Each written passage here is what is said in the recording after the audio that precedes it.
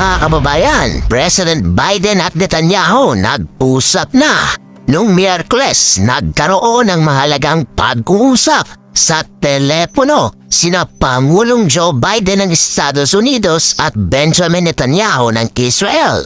Ayon sa pahayag ng White House, ito ang unang pagkakataon na sila ay nagkausap sa loob ng 2 buwan at ang pag-uusap na ito ay isinagawa kasabay ang mga plano ng Israel na maglunsad ng pag-atake bilang tugon sa ballistic missile attack na isinagawa ng Iran noong nakaraang linggo lamang. At sumali rin sa nasabing pag-uusap si Vice President Kamala Harris na kasalukuyang tumatakbo upang palitan si Pangulong Biden sa eleksyon sa November. Ayon kay Karine Jean-Pierre na tagapagsalita ng White House, ang pag-uusap ay tumagal ng humigit kumulang 30 minutes. Inilarawan niya ang pag-uusap bilang direkta at produktibo. Nang tanungin kung inaasahan ba ng administrasyong Biden na bibigyan sila ng abiso ng Israel bago isagawa ang anumang aksyon laban sa Iran, sinabi ni Jean-Pierre na ang mga diskusyon ukol dito ay nagpapatuloy pa rin. Tumanggi siyang magbigay ng karagdagang detalye tungkol sa mga plano ng Israel. Ang konteksto ng pag-uusap na ito ay tumataas na alalahanin mula sa komunidad ng pandaigdigang mga lider na ang tugon ng Israel laban sa Iran ay maaaring magpalala sa kalagayan ng karahasan sa Middle East. May posibilidad na magresulta ito sa mas malawak na digmaan na kinasasangkutan ng mga bansang tulad ng Iran at Estados Unidos. Sa kabila ng pagsuporta ni Pangulong Biden at ni Vice President Harris sa karapatan ng Israel na ipagtanggol ang kanilang sarili, lalo na matapos ang pag-atake ng Iran, sinabi ni Pangulong Biden na hindi siya sang-ayon sa isang opensiba na isasagawa ng Israel laban sa mga nuclear facility ng Iran.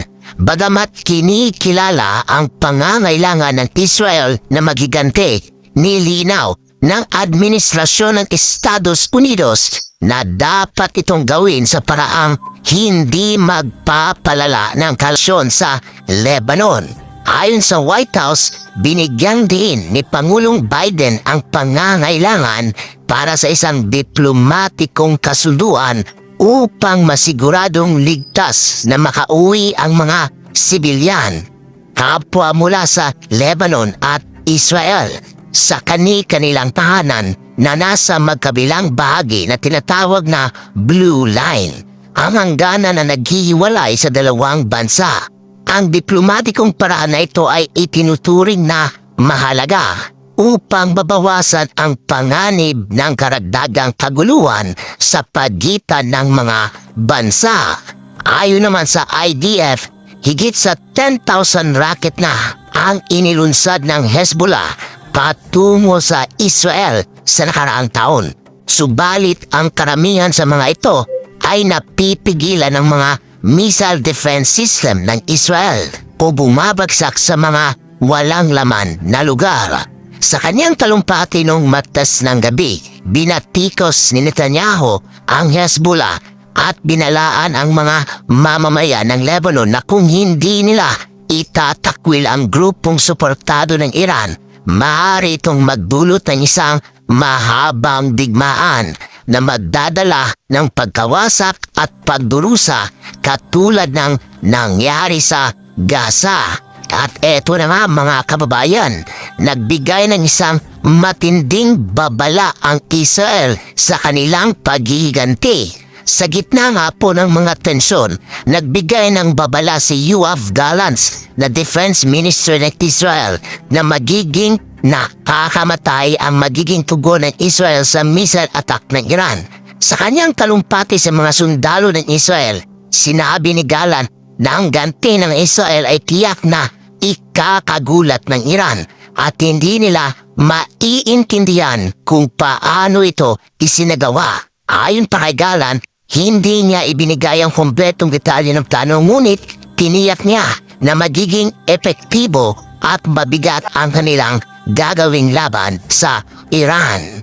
Ang pahayag ni Gallant ay malinaw na indikasyon na hindi nagbabalak ang Israel na itigil o pabagalin ang kanilang kampanya laban sa mga Hezbollah. Patuloy ang Israel Defense Forces sa kanilang mga airstrike sa kabisera ng Lebanon, Beirut, habang pinapalawak nila ang kanilang operasyon sa lupa sa Timog Lebanon. Ayon sa IDF, ang kanilang operasyon ay tinutukoy bilang limitado ngunit nakatuon sa tiyak na mga target upang masira ang pwersa ng Hezbollah sa riyon. Bagaman ipinangako ni Purong Ministro Netanyahu na gaganti sa missile attack ng Iran, hindi pa rin malinaw kung kailan o paano isasagawa ng Israel ang kanilang susunod na hakbang. Sa kabila ng mga pangako, hindi nagbibigay ng eksaktong impormasyon si Netanyahu kung paano maisa sa katuparan ang kanilang operasyon. Bagay na nagpapataas ng mga pangamba na maaari bang lumala ang kasalukuyang kaguluhan sa gitnang silangan. Ang patuloy na kawalan ng malinaw na plano ay nagdadagdag sa tensyon at maraming mga bansa ang nag-aalala na ang sitwasyong ito ay maaaring magresulta sa isang mas malawak na digmaan sa rehiyon. Sa kabila ng mga babala at pakiusap ng Estados Unidos, tila hindi nakikinig si Netanyahu sa mga rekomendasyon ng kanyang kalyado. Nung nag-usap sila ni Pangulong Biden, hinimok ng Pangulo ng Estados Unidos si Netanyahu na huwag magsagawa ng atake na maaaring makasira sa mga nuclear site ng Iran o mga sektor ng langis nito. Ipinahayag ni Biden ang kanyang pag-aalala na ang ganitong uri ng pag-atake ay maaaring magkaroon ng malalim na epekto sa pandaigdigang merkado ng langis na maaaring magresulta sa mas mataas na presyo ng langis. At sigurado nga pong maaapektuhan nito ang pandaigdigang merkado. Bagamat patuloy na sinisikap ni Pangulong Biden na magkaroon ng ceasefire o pansamantalang pagtigil ng labanan sa pagitan ng Israel at Hamas, muli niyang ipinahayag ang kanyang suporta sa Israel. Ayon sa tanggapan ni Netanyahu, pinuri ni Biden ang mga operasyong militar na isinagawa ng Israel laban sa Hezbollah at tinatawag niya itong intense at determinado. Sa amila ng mga pagtawag ni Biden para sa pansamantalang paghinto ng labanan, hindi ito pinapansin ni Netanyahu at patuloy ang kanilang mga operasyon laban sa Hezbollah. At simula nang mag-usap ang dalawang lider noong huling bahagi ng Agosto, lalo pang pinalakas ni Netanyahu ang mga opensiba sa Lebanon, partikular laban sa Hezbollah. At eto pa po ang isang nagbabagang balita. Galit na galit ngayon ang China sa Taiwan. Inakusahan ng China si Pangulong Lai Ching-te ng Taiwan ng pagpapalala ng puot at paghahangad ng kasarinlan habang naghahanda ang isla para ipagdiwa nga itong kanilang National Day. Ang China na humiwalay sa Taiwan nung matapos ang kanilang Civil War noong 1949 ay itinuturing pa rin ang Taiwan bilang bahagi ng kanilang teritoryo na dapat muling mapasa ilalim sa kanilang gobyerno kahit sa pamamagitan ng puwersa kung kinakailangan. Si Lai na naging pangulo noong Mayo matapos manalo ang kanyang Democratic Progressive Party ng pangatlong sunod na termino ay kilalang tagapagtanggol ng soberanya ng Taiwan, bagay na lalong nagpagalit sa Beijing.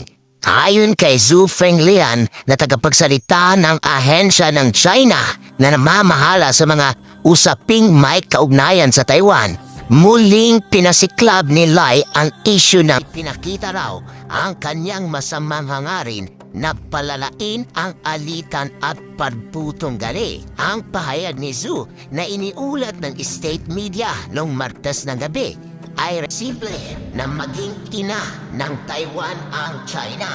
Dagdag pa ni Lai, isa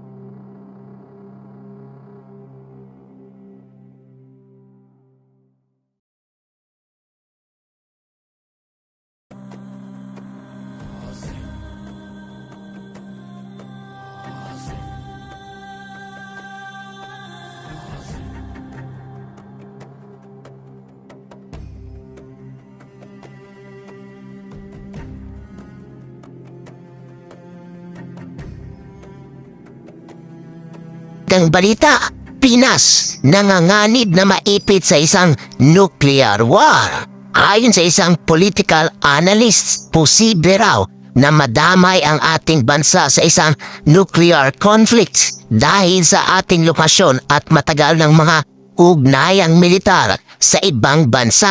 Sinabi ni Joey Cruz mula sa Arellano University School of Law na dahil malapit ang Pilipinas sa mga posibleng lugar ng tensyon tulad ng South China Sea, maaari itong maging target o maging lugar ng labanan sakaling sumiklab ang isang forum sa Pasig City na inorganisa ng Asian Century Philippine Strategic Studies Institute or ACPSSI.